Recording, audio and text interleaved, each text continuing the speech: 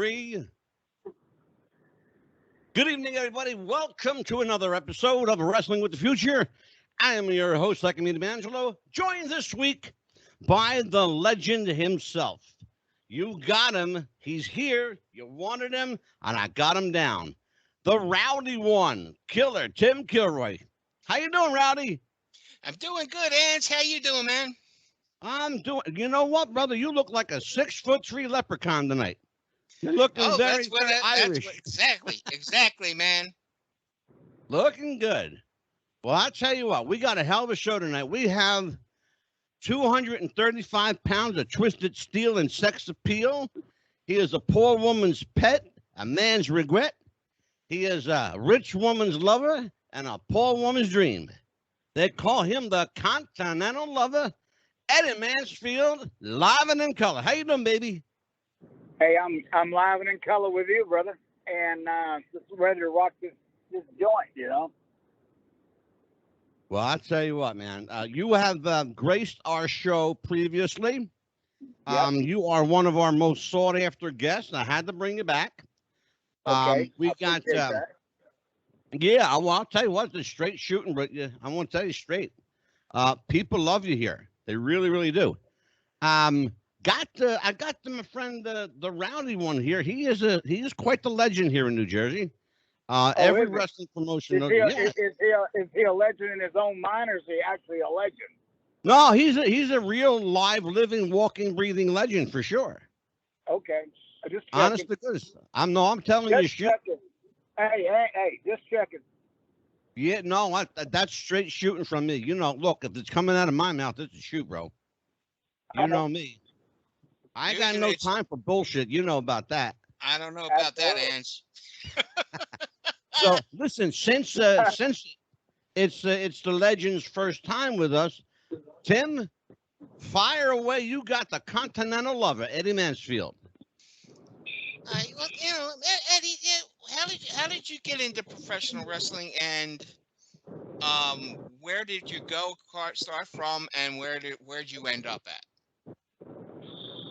Well, my first year was I was Rookie of the Year at the NWA, and from there I went on to be, one of the top 10 guys in the whole damn business, and you get that way by working very hard and knowing how to get yourself over, and I drew money everywhere I went because I'm just damn good, Rowdy, and when you're good, you're good, and a lot of people think they're good, but I was good.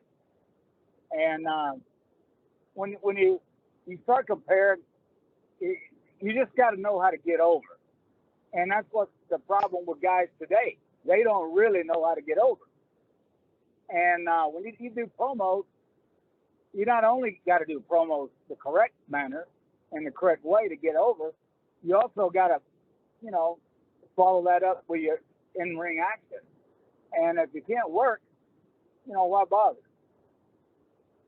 That's exactly right. And and most of the days, the workers that start today now, they want to be prima donnas and go from bottom to top within a week, and that ain't how to happen. Well, you got to kind of put your time in and learn. I was very fortunate that I was blessed with a lot of talent, and I knew how to mix both of them together. And I got to the top pretty quick, and surrounded myself with a lot of good people, and that's the key. And I worked with a lot of great baby faces because I was a heel my whole career, and I enjoy that, And I know you got a lot of fans out there that really like me, and I appreciate them very much. And when I look at things, I'm glad that I was a heel. And I put myself in that position. I was stabbed 7 times. And so, you got to have some heat to get stabbed 7 times. Well, I got a question for you, brother. They say that the best workers in the business, the best personalities are your own personality cranked up to 11. All right. Now, yeah. In the interest of full disclosure, I know you, okay, Yeah.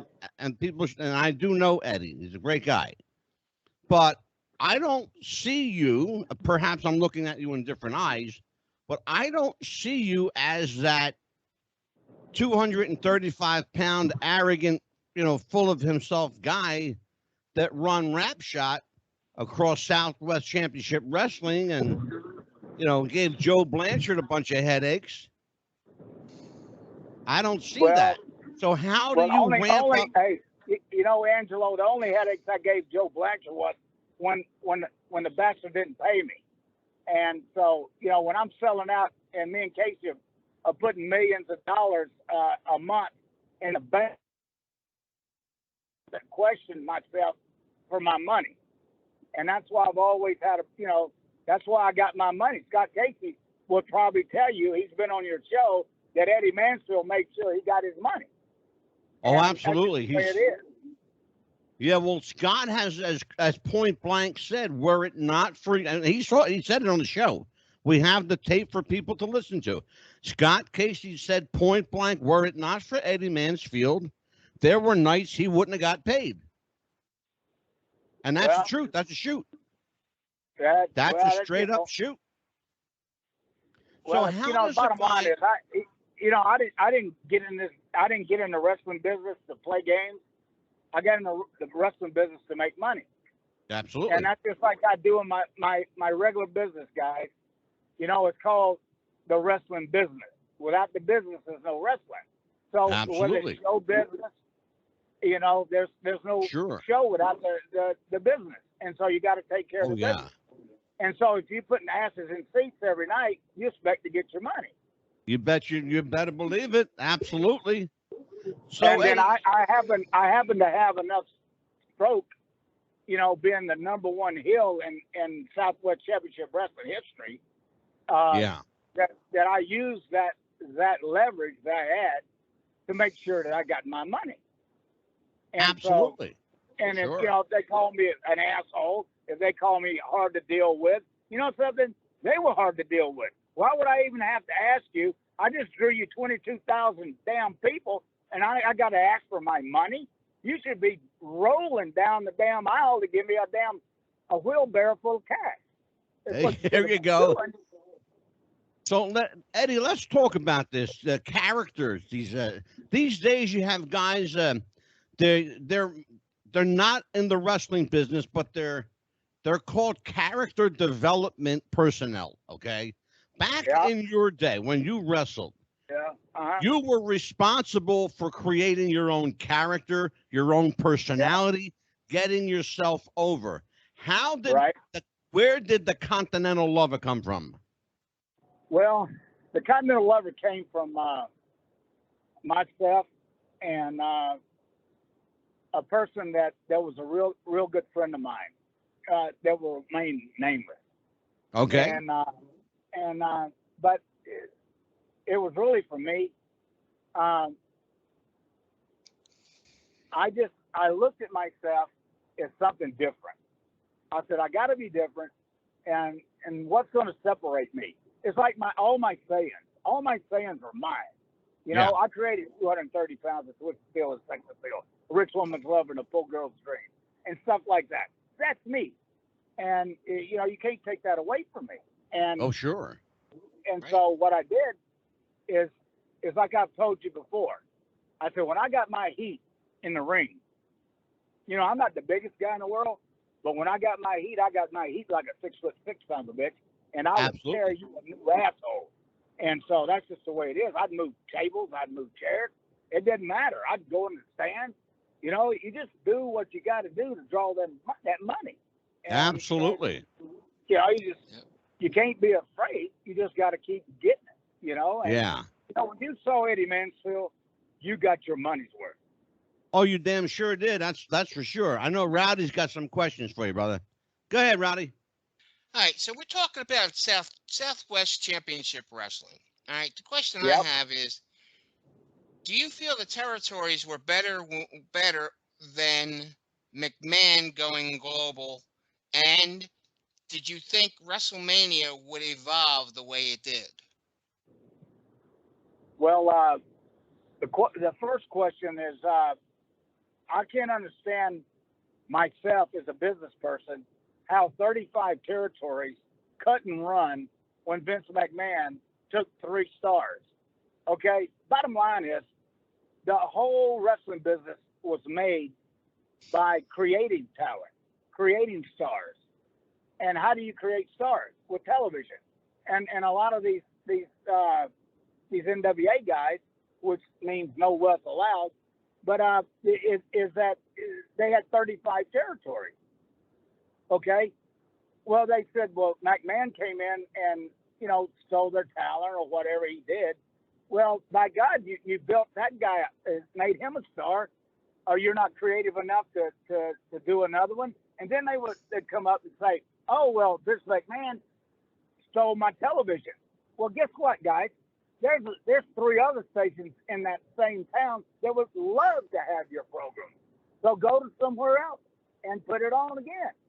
So, for them to cut and run, I think that they cut and run because they were scared to death that the IRS would come get their happy ass because they've been stealing so much money and treating the guys like second-class citizens. And that's what happened. And that's the bottom line with that. And go ahead, Rowdy. Well, I'm going to ask. Let me finish answering this question. So, I'm sorry. Sure, go ahead. So when you ask about WrestleMania, you know how WrestleMania took place, Rowdy? You know how it really took place? Well, WrestleMania took place by the Briscoes selling Georgia Championship Wrestling their shares of Vince McMahon. And Vince McMahon, in return, sold it to Jim Crockett for, I think, $2 million. And Vince McMahon took that $2 million and he made WrestleMania. That's how WrestleMania took place, with Jim Crockett's money.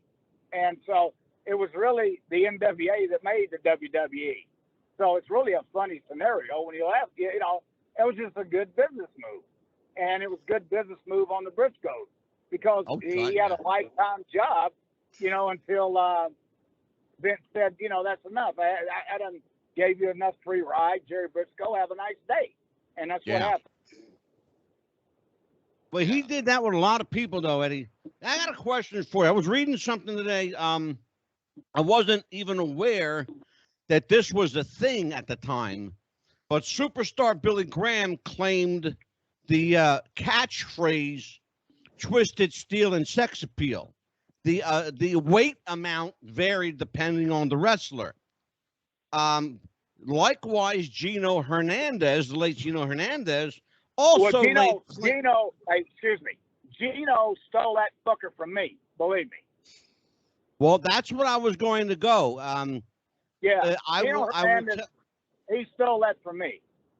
Well, and so let's just cut to the chase on that. There were several people who laid claim to that. I want to tell people, you are hearing it from the horse's mouth. Eddy Mansfield did, in fact, come up with the catchphrase, 235 pounds of twisted steel and sex appeal, a rich woman's lover and a poor woman's dream, poor girl's dream. That was Eddie, and I know that factually. So, and I wanted to put the kibosh on that one, Eddie, on the show, and hear it from your mouth. Go ahead, Rowdy. It's all you, bro.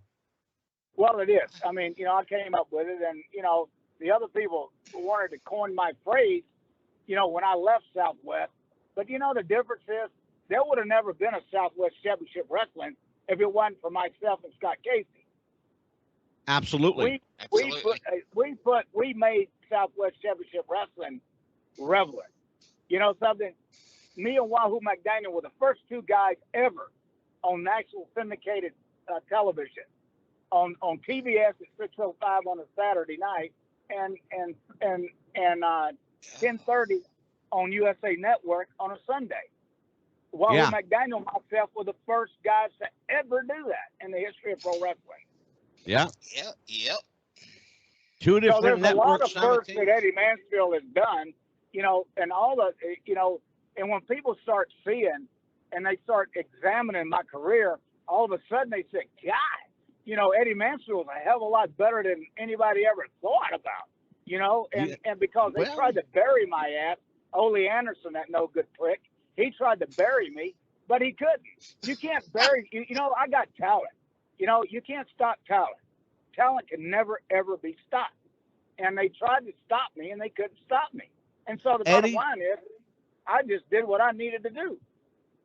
Eddie, you've always been a lightning rod. What is it about you that is so divisive among the masses? You either love Eddy Mansfield like like he's the second coming, or you can't stand the bastard. Right? I happen to be one of those who thinks that you are the bomb diggity. I love you. You know that. We talked Well, I about it. appreciate that. Yeah. You know? Well, you know, So, but you know, you're one of those guys, Eddie, that you're cut and dry, man. You either love him or you Or don't. you hate him. Yeah, exactly, Rowdy. Rowdy, Yeah. address that. Address that with him. Yeah, like I said, there's a lot of people, right? A lot of things. You either love them or you hate them.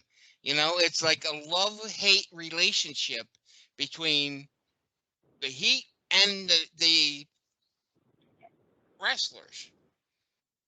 If you understand what I'm saying. But Rowdy, I just got to tell you, the fans love me, and the people who don't like me, you think I give two knobs of goat shit whether they like me or not? I mean, do you really think I care? No, you probably No. don't. Because I know what's in your bank account. Well, one thing about it is that, I'm not on the street corner, and so I'm doing pretty good. Oh, I know you are. God bless you, brother. So let's. I wanted So to. Angelo, hey, yes, sir. for all those Eddy Mansfield haters, why don't you tell them what Eddy Mansfield's worth? Well, according to the publicly released documents, Eddie is worth somewhere between $26 and $29 million, and that's Not bad for a white guy, huh? And that's legit. That's a straight shoot. Those are real numbers. Those are not my numbers. Those are from Forbes magazine, by the way. Those are from Forbes. Not bad. I don't do too bad when I make Forbes magazine, do I? No, it's got a list of all the wealthiest people. Yeah. And so when people hate me, they hate me because I'm successful. They hated me when I was nailed it. and I don't really give a shit. I'm all about winning the game, and I'm winning the game of life. That is the most important game to win. Amen. And the bottom line is this: you either take no prisoners or you take all the prisoners. And you notice they were releasing all these prisoners, and it's not working too well. Yeah, exactly. So, I like the way I do things because it seems to work. I'm not perfect, but I'm pretty damn close to being perfect. You know that? And you're also very humble. I am, Well, yeah, why not? I am humble. Rowdy, what questions have you for the Continental Lover? All right. Now I'm going to get a little deep down. Do it. Well, get on down, brother. With what you know now, your segment on 2020, would you do it again, or would you do things differently? Okay, I'm going to answer that question with a really good answer for you. All right. Number one, I got hosed on that segment. Now, if I'd have been as smart as I am now in the television business, I would have got final edit on that show, and I didn't. And so it turned instead of comparing, pro wrestling to Major League Baseball, NBA, NFL, and NHL, and how they took care of their professional athletes, and wrestling being $1 billion industry and how it takes care of its professional athletes. That's what the show was supposed to be. And it turned into an ego piece for that son of a bitch, John Stossel. And so that's where it went. Now, if I had to do it over again, I would have final edit. That's the only thing I did wrong, and that's because I was so young in the television business at that time. You know, I didn't require the final edit, and I should have. And I would have got the show that I actually recorded. Eddie, how much ended up on the cutting room floor? Oh, 95%. Oh my God. Mm. You mean that If 95%? Yeah, if you ever read the transcript, it'll tell you the whole fucking thing. Yeah, I have not seen the transcript. I will Yeah. reach out to get a hold of it. Yeah, because I told them not to interview David Schultz. They did everything I told them not to do. Everything. Yeah. And And so, it's pretty clear Stossel walked into that interview. He knew he was going to walk out with a payday. I mean, that's all there is to it. You know, something, Angelo, the bottom line is when I did Vice, and I did that, I did one hell of an interview for Vice. And I have it. Yeah, you know, and they that show with me on it went up over 20%, almost 25% in ratings. When you bring on Eddy Mansfield, I am ratings, buddy. It doesn't matter what I do. I'm a ratings king. I know how to put asses in seats. I know how to put eyeballs on TV, and that's just what I'm good at. Go ahead, Killer. That's all you, brother. Okay, so being on the production side of things now with your production company. Yep. With the wrestling, if you did that with a wrestling side, would there be a different perspective now than it would back then in the 80s? Well, you must not know much about Eddy Mansfield, Rowdy. Go do your homework. I used to own the third largest wrestling federation in the fucking world. And I was the first guy to ever soundstage professional wrestling out of Universal Studios. I was the first guy ever to have a production deal with Universal out of the wrestling business. And I had that for 14 years. Does that answer your question? And I had RVD. I created the Smoking Guns. Yeah. I had, you know, Yep. Mondo Green worked for me. He went on to be Demento in the WWE. Everybody who worked for me, I mean, even Thunder and Lightning. Farmer went on to be the Bogus Thing. I mean, everybody who worked for me, I trained Kevin Kelly, play-by-play guy. Yeah. I mean, you know, I gave him his name. His name's Kevin Foote. I gave him Kevin Kelly. And so when you create people, I know how to create stars and make stars. And if you listen to RVD's, you know, Hall of Fame speech, he thanked Eddy Mansfield twice. And there's a reason for that. You know, Eddy Mansfield knows what the hell he's doing. You know, when I do stuff, I do the right thing. It's like now, I'm getting ready. I just signed a deal with Sirius XM radio, and we're going to be nationwide. And I'm going to announce right now on this damn show who's going to be my co-host. There you go. An exclusive. An exclusive, yeah. And her name is Sunny. You ever heard Sunny?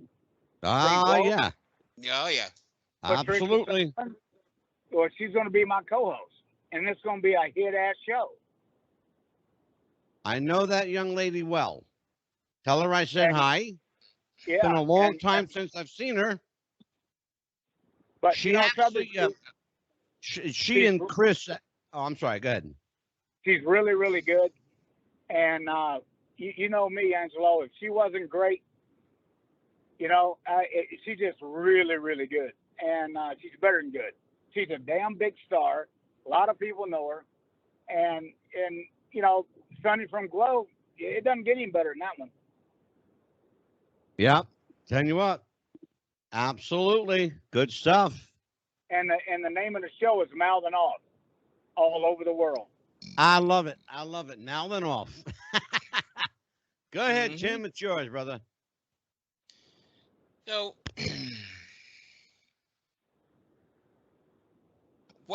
How many championships have you had in your career?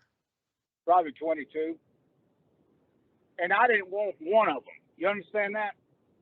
I never needed a friggin' belt to draw money. Can we talk about that, Eddie? When I was in San Antonio, they tried to give me the Southwest Championship belt. I told them, hell no, I don't want no Southwest Championship belt. I said, and I'm the one who put Gino and Tully together where me and Scott could have a top spot. So I told the Indian, which is Wahoo McDaniel, and I told Wahoo, I said, Wahoo, put Gino and Tully together, give them the belt. Then that way, Wahoo, you and Ivan Putski, you and Tiger Conway Jr. or Guerrero could work, tags, with these two guys that had to, they had to sleep. Tully Blanchard always had to have a belt because he has to sleep with a belt. He's like a Eddie. Can we explore the psychology behind that? I want to pull back a part of the onion a little bit. All right. If you'll allow me, and I'd like us to talk about it. Shoot. It's always been said that people who can't work or can't draw, you put a belt on them.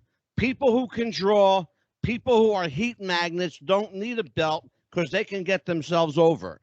Is that right? Is that to your knowledge the way it was and the way it should be? Yeah, I mean, when I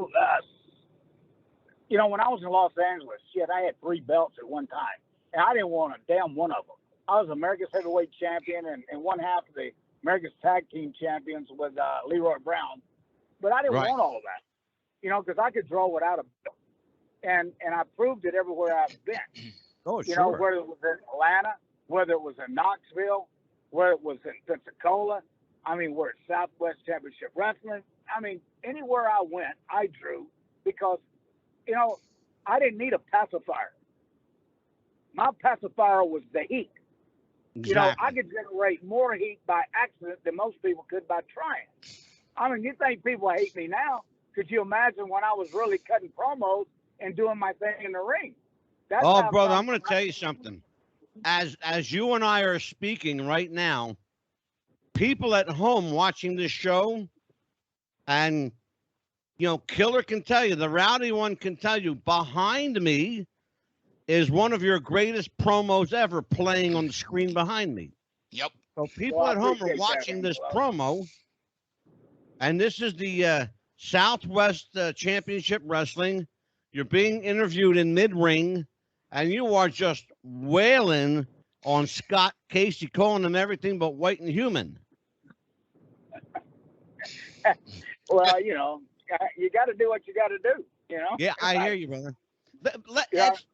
Eddie, me and the Killer, before we went on the air, we had a little conversation. I want you to kind of settle something for me. Okay. The mindset and the psychology between Southern wrestling fans and Northern wrestling fans. Why do fans of WWE interact and react differently than fans of WCW, NWA, World Class, Southwest? Why is there such a disconnect even among the fans themselves? Because Rowdy and I, this, Eddie, right. we are from the Northeast. We both grew up here in the New York, New Jersey area. Uh-huh. Well, so what's the disconnect? You know what, Angelo, I just got to tell you, I got over so big in New York because, our tapes were going in out of LA into New York. And I got thousands of fan letters when I was, in Los Angeles, out of New York all the time. And I had that crossover appeal to Northern and Southern because the things that I did, I did stuff that normal people don't do. You know what I mean? In the wrestling business. And yeah. So, whether it was me burning sombrero hats and, chugging tortillas to Mexicans, whatever. It doesn't really matter. I did whatever it took to get over. and plus in Los Angeles, I'm wrestling with all the New York guys anyway. From Mr. Rivera one of my biggest feuds was with Pedro Morales, the late great Pedro Morales. That was one of my first big feuds when I went there. One of the best. The first guy I ever wrestled was a sellout at the Olympic Auditorium, was Mil Mascaras. Ah, Mil, yes. Man of 1,000 masks. I always loved Mil. I have wonderful things to say about LA, even though I was stabbed there 3 times, and so it's just one of those things, you ask for it and you get it. Just be careful what you ask for sometimes, Yeah, because you just might get it. So, Ange, you'll get it. You'll get it already. You ain't gotta worry about it, Yes, sir. So, go ahead, Rowdy. What do you think, Ange, if it was the heyday between now and him and Eddy Mansfield, him versus the Rowdy one, who would win? He'd mop the floor with you, brother. Shit. He'd climb you like Florida. Hey, Rowdy. Hey, you may be behind a mic, but let me tell you something. You get in the ring with me, you better bring it, because I'm a 60-minute guy. And I'll have you up and down. I'll have you blown up in about 7-8 minutes. I wouldn't doubt it. I wouldn't doubt it. Have me blown up. Oh, I'll blow you up so fast to make your head swim. Well, I'll tell you what, I took many years ago, when, Rowdy and I, we've known each other almost 40 years. That's crazy. It's a long time. I took him to see a friend of mine, the late, great, the nature boy, Buddy Rogers. Yeah. And we went to a training seminar. Yeah. Now, right. Buddy was in his 60s at the time. Built like a brick shit house. And still built like a brick shit house, and took Rowdy to town and took him downtown. I'm sure he did. Yeah. Yes, he did. Rowdy, always remember this. Never get in with guys that are, got a little season in them, Yeah. Because they'll check your oil real quick. You know what I mean? Especially when that guy was world champion. Yeah, a couple times, right. And so it's like, you just have to, respect. You have to respect, your place. That's it. You got to know your place and respect your place until you earn the right to be somewhere else. And that's just the way I work. Eddie, I want to play. I want to play What If right now. Okay. I want to play What If right now. Okay, what if Eddy Mansfield were in charge of wrestling in 2021? You are the czar of wrestling, kind of like what Vince is doing right now, or used to do. Let's put it that way. What he used to do. What's the first thing you do to bring people back to wrestling? Because I'm seeing. The first thing I would do, Angelo, is fire all of them guys that say that they can write. Number one, they've never taken a bump in the ring. They're not qualified to write professional wrestling. And number one, I fire every one of them. Bring in guys that are bookers and knew how to book and really build characters. You got right now wrestling is full of vanilla wrestling. Yeah. And I don't like it. If one guy gets hurt, well, what happened to Indians? What happened to Cowboys? What happened to all these different gimmicks? You know what I mean? Like, it's just all vanilla. If you Eddie, get hurt, what happened to the midgets? Muscle head in there and be done with it. And what happened to the midgets? What happened to the women? Well, yeah. The women now. It's to me. Yeah, the women are good wrestlers. They are good workers. They do know to do what they do. But where is, I'm not talking sex, but where is the sex appeal? Where is the? That's what Eddie is saying. They're all vanilla. There's no flavor. Right. There is nothing there now. You got one flavor to pick from, vanilla. When you start bitching about something. When you bitch about something, you need to have an answer to your bitch. Okay, so if you have fault with something, you got to fix it. Okay, if it's a short end, whether it's women or the guys, you got to fix it. You got to bring in guys that can do the job, bring in girls that can do their job, and bam, that's the way it works. It's very simple. It's a very simple philosophy. You got to have a beginning, a middle, and end. If you know how to work, that's what your match is: a beginning, a middle, and end.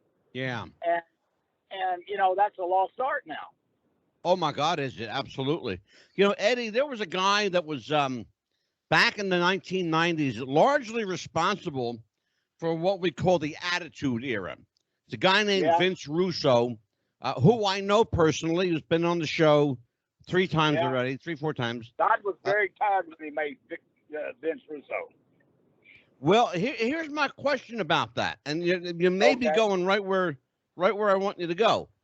Is there a place for a guy like Vince Russo now? No. Granted, in my opinion, never ever was, and he should have never been there. Okay, and my opinion is that he was a one-trick pony that got lucky. Boy, I'd call him a half a nut pony. How about that? I mean, there you go. I mean, believe me, he's like the south end of a northbound mule. Oh, you kill me with that. I love that. That's one of my favorite Mansfieldisms. That's right. North end of a southbound mule. Yeah. I look at Vince Russo, it's kind of like a saying I always say, it's better have hope in your soul than soap in your hole. I know. So, that's the kind of guy he is, so. Yeah, so Eddie, you're in charge of wrestling now. What do you do? Well, I just told you, I bring in a bunch of bookers who really know how to build talent, and then I'll start creating really make stars again. That's really good. What I'll do is I'll make heels. See, there's nobody. The problem with this internet age is that wrestlers don't want to be hated; they want to be loved. Well, as a heel, I don't. Let me tell you something. Angelo. I used to have kids come up to me all the time when I'm wrestling Scott Casey, and I'd be sticking my head out the dressing room door watching the match, and they would come up and ask me for an autograph. You know what I used to do? I'd say I'd sign best wishes Scott Casey to him. Exactly. And so, I just that's the way I am. And Eddy Mansfield, I will say this, and I'll say it for the whole world.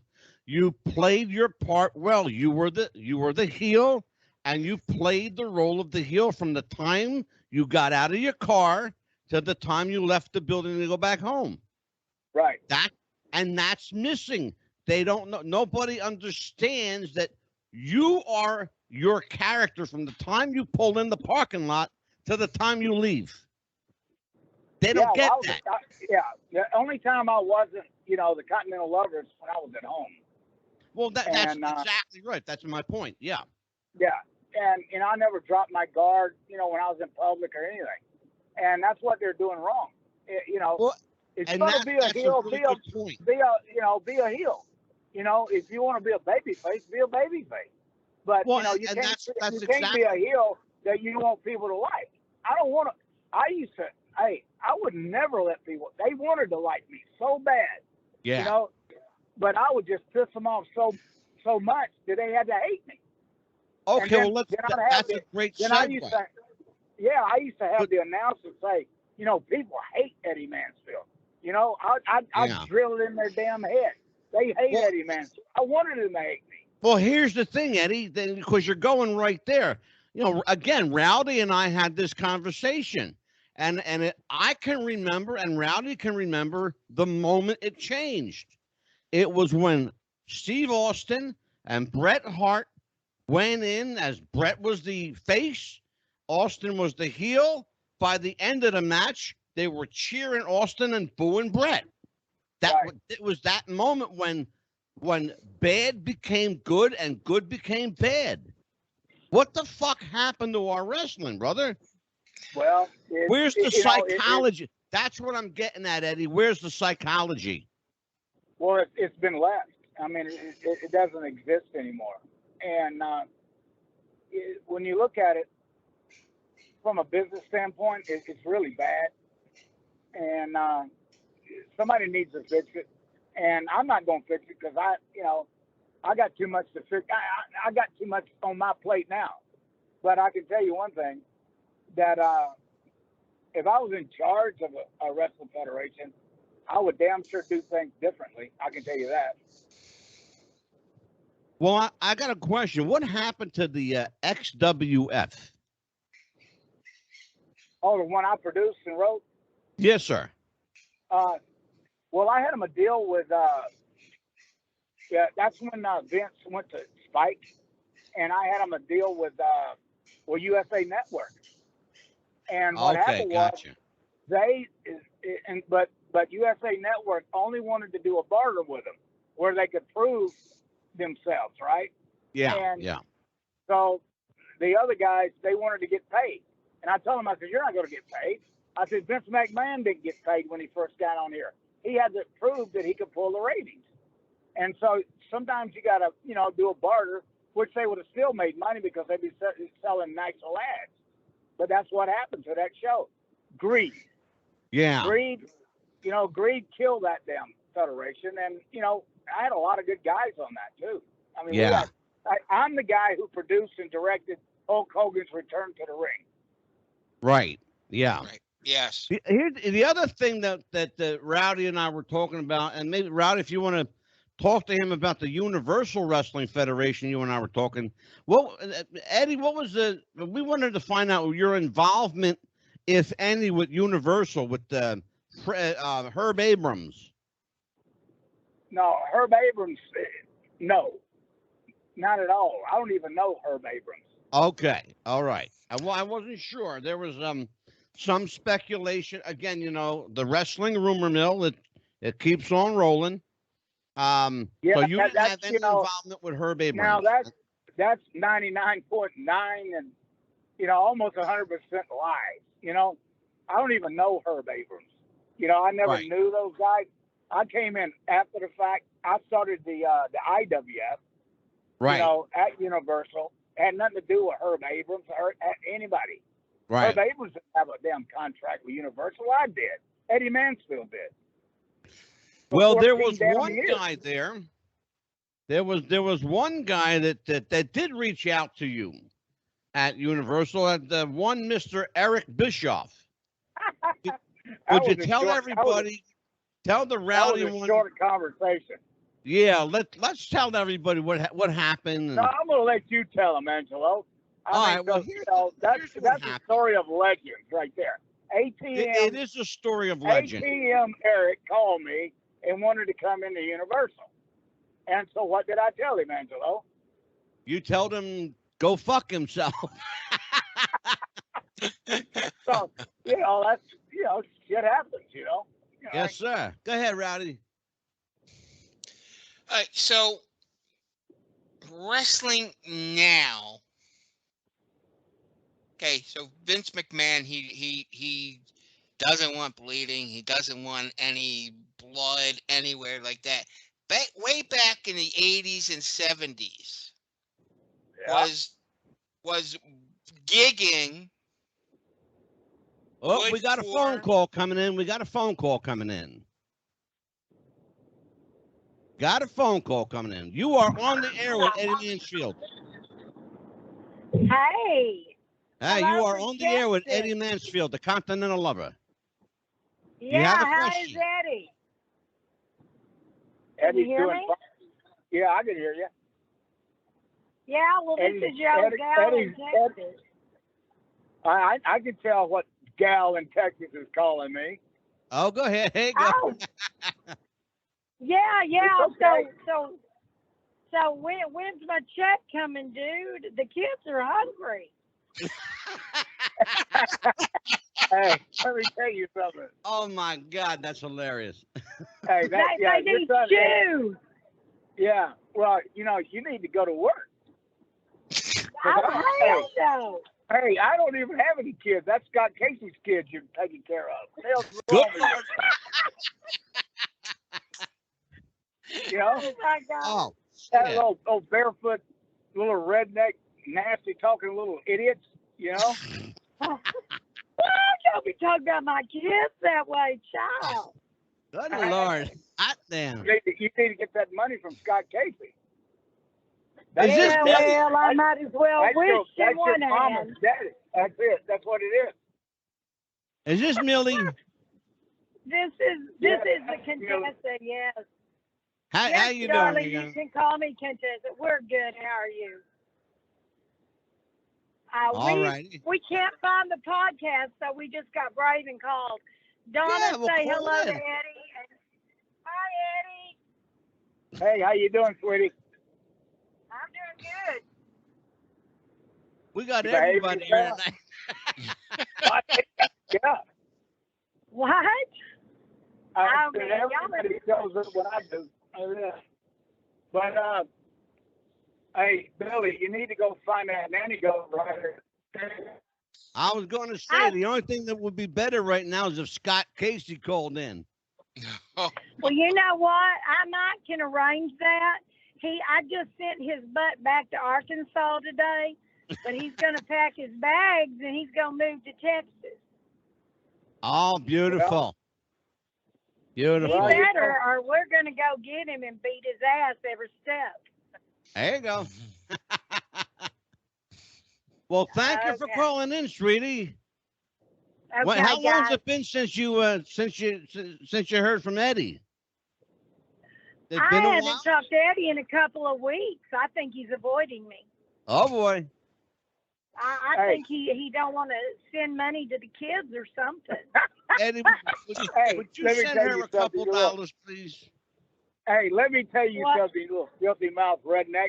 You go back there and you take care of them little Scott Casey little rugrats you got running around there. And you have Scott Casey to send you some meal money. That's what you need. Oh my Okay. Throw her a couple dollars. Throw her a quarter.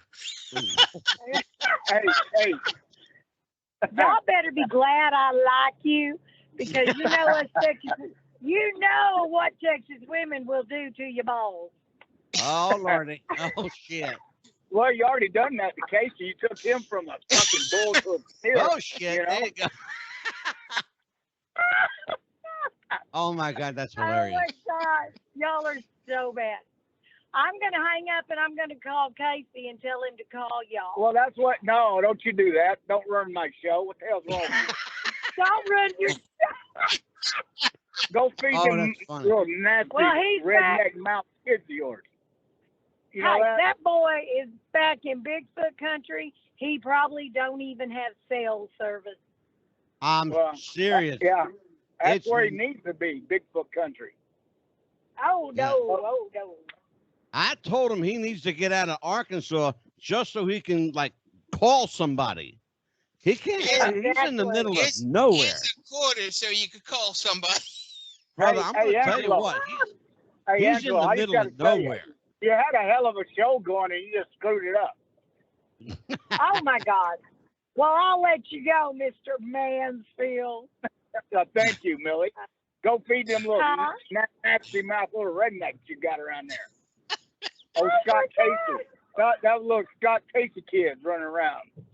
Thanks for calling us, darling. Thank you. Take care. All right, good, you Millie. guys. Bye-bye. Take care. Bye bye. Night. Be good, Millie. That's great. That Millie, she's a friend of ours, a friend of Scott, and Rowdy. Friend of mine. You got introduced, indoctrinated the hard way tonight. So we Yeah. broke you open. We broke you open the hard way tonight. Here you go. Yeah. All right. So let me. So go ahead, listen take to the that questions question. there, Rowdy. All right. So nowadays, McMahon doesn't want blood. You don't see blood, right? You have steel cage matches, right? And there's no blood, right? So way back in the 70s or 80s, did you need gigging to tell the story? Well, I could gig so. Let me tell you something. I could gig so well. You could hit me in midair, and I could gig, and I'd come up. I'd be bleeding all over. You know, it's just it is what it is. It's a different era. It's a different time in the world. We went through the AIDS crisis. We went through hepatitis C. Went through all this other stuff that you really don't need to be, doing that anymore. And, because there's so many things out there today that wasn't before. You know what I mean? Yeah. Yeah. And so it's a whole different world. It's a whole different climate. And you got to look at it that way. It's the same way I produce television shows. Yeah. And or the same way I'm going to do the radio show with Sonny, Patricia, Sutherland, is that we're going to attack certain things and attack it, in a good way. But Right. you have to, it's just a different era, and you got to deal with it, and you got to deal with it the way you got to deal with it, and whether it's keeping the FCC happy or whoever, you just have to just be outsmart. Well, Eddie, that I would have at one point, and now it's a good question, Rowdy. Thank you for bringing that one up. There was a point in time when I would have said, no, you can't tell an effective story without the use of blood or some dramatic effect. But then, boy, as damn you're sure talking, well, here's the thing, though. As you're speaking it, what conjured my mind was those old westerns from back in the 50s, right? where you see the Lone Ranger shoot somebody, the guy you falls never saw down blood, dead, but or he never killed anybody, right. Well, and yeah, and an old western where the bad guy shoots somebody, right?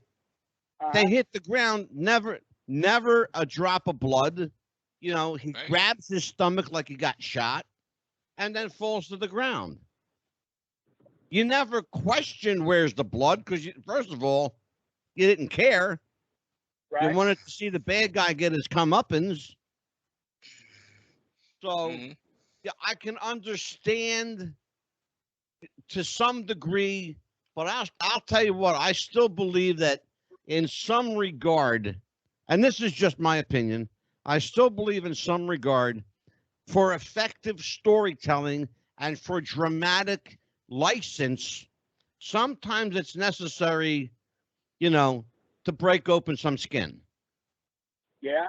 Well, I did a million times, and it just depends on what it is. Yeah. You see, today, I don't even know if it matters. Well, that's another question. I think that goes to kind of something. It really doesn't matter because of the damn finishes and all. You got goofballs doing all the finishes. You know what I mean? So, yeah, exactly. I mean, why would I want to bleed for some goofball who doesn't even know what he's talking about? And why would I want to do that? And that kind of goes to Rowdy's question about, is it even necessary? And I guess, no. The answer is no. If you can work, hey, let me tell you something. I drew a lot of blood, believe me. And I spilled a lot of blood in a lot of arenas. But I can tell you one thing. I could have a match with a friggin' broomstick. Yeah. And I'd have people up, shouting and screaming. But you got to be able to work.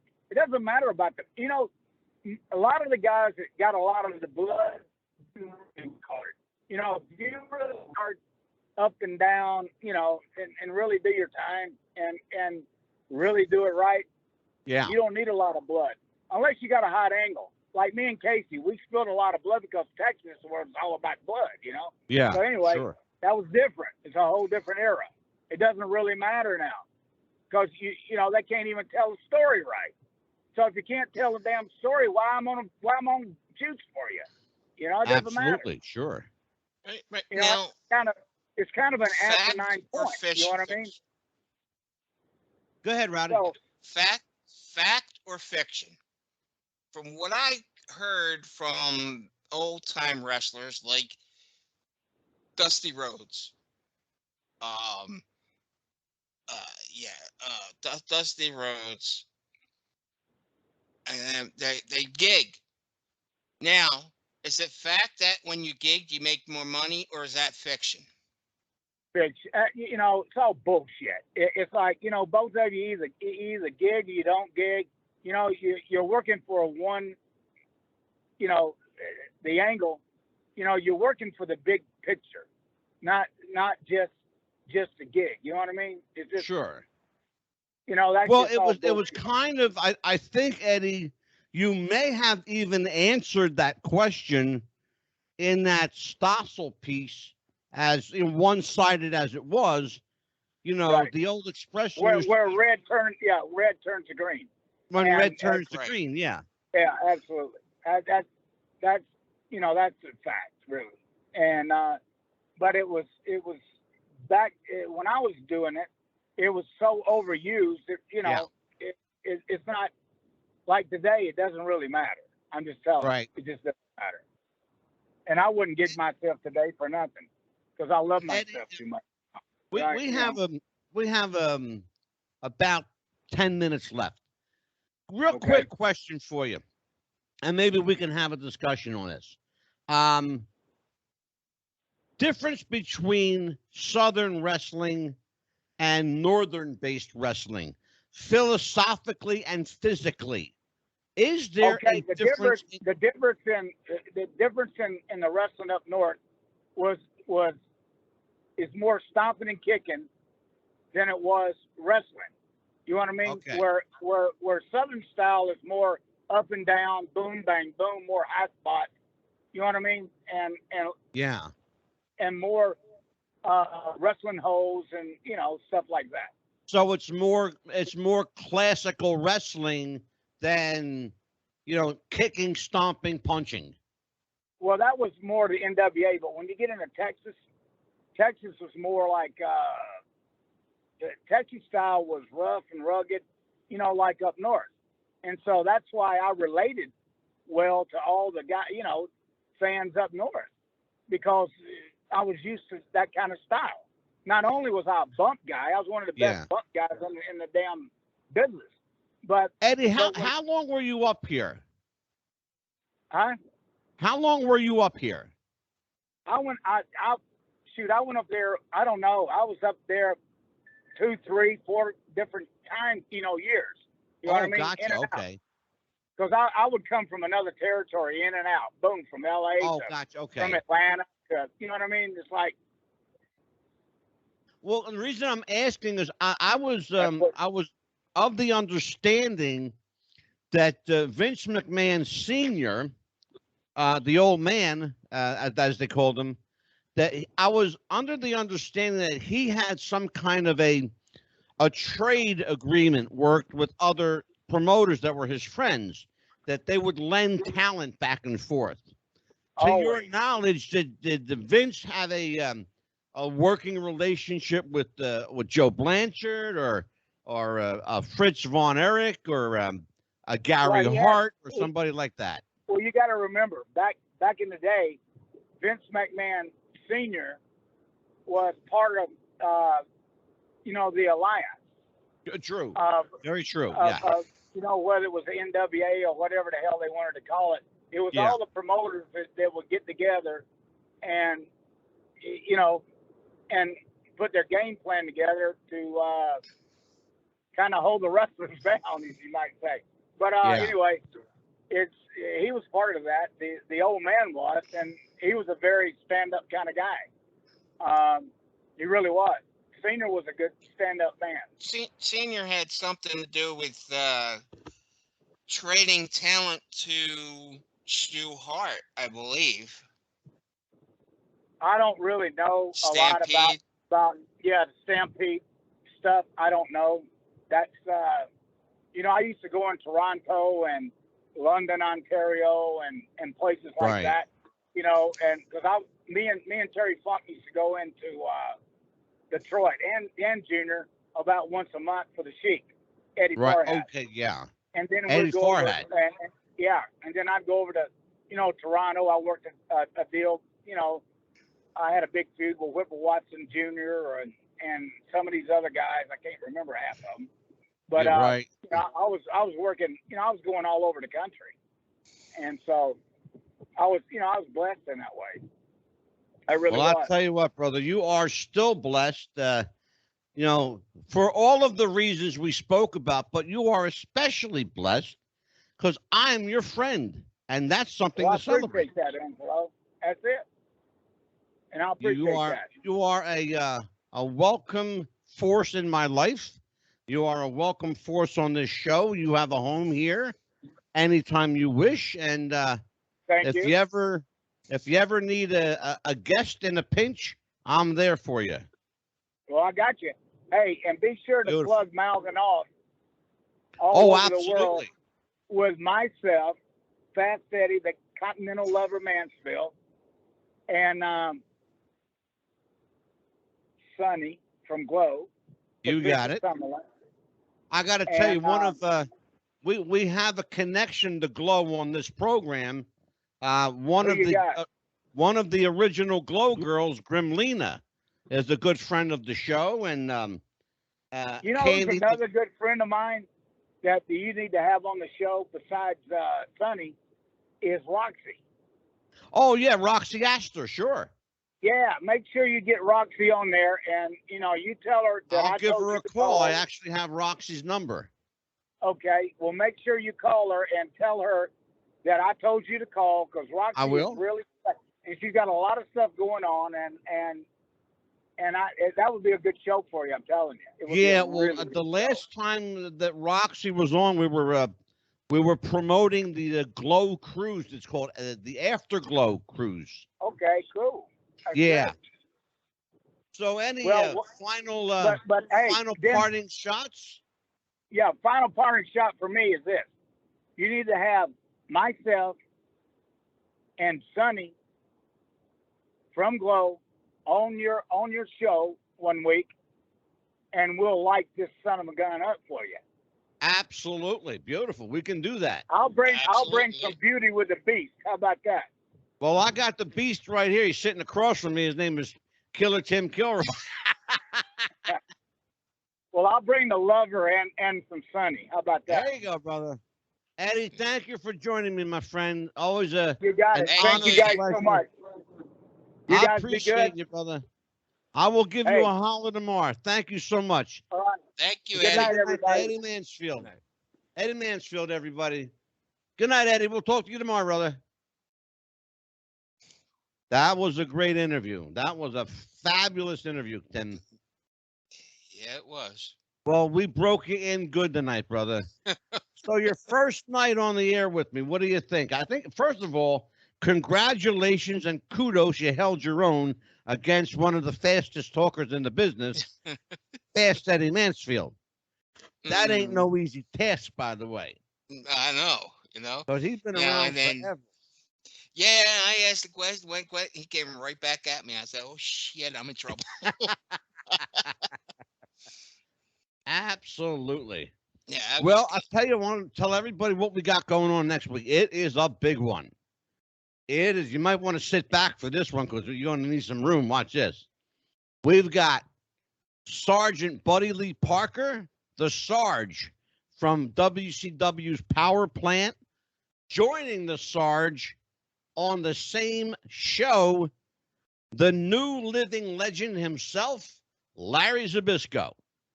We got two of them. It's a 2-4 show.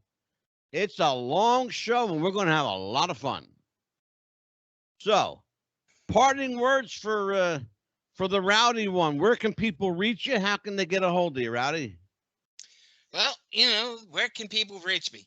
Reach me on my Skype, which is Tim Kilroy 67. Beautiful. And you have a Facebook somewhere around there. Yeah, it's Tim Kilroy, Facebook. There you go. Terrific. Well, I'll tell you what, brother. For another week, we're going to say goodnight to everybody. Take care, everybody. We'll see you next time. Join us as we wrestle with the future. Good night, all.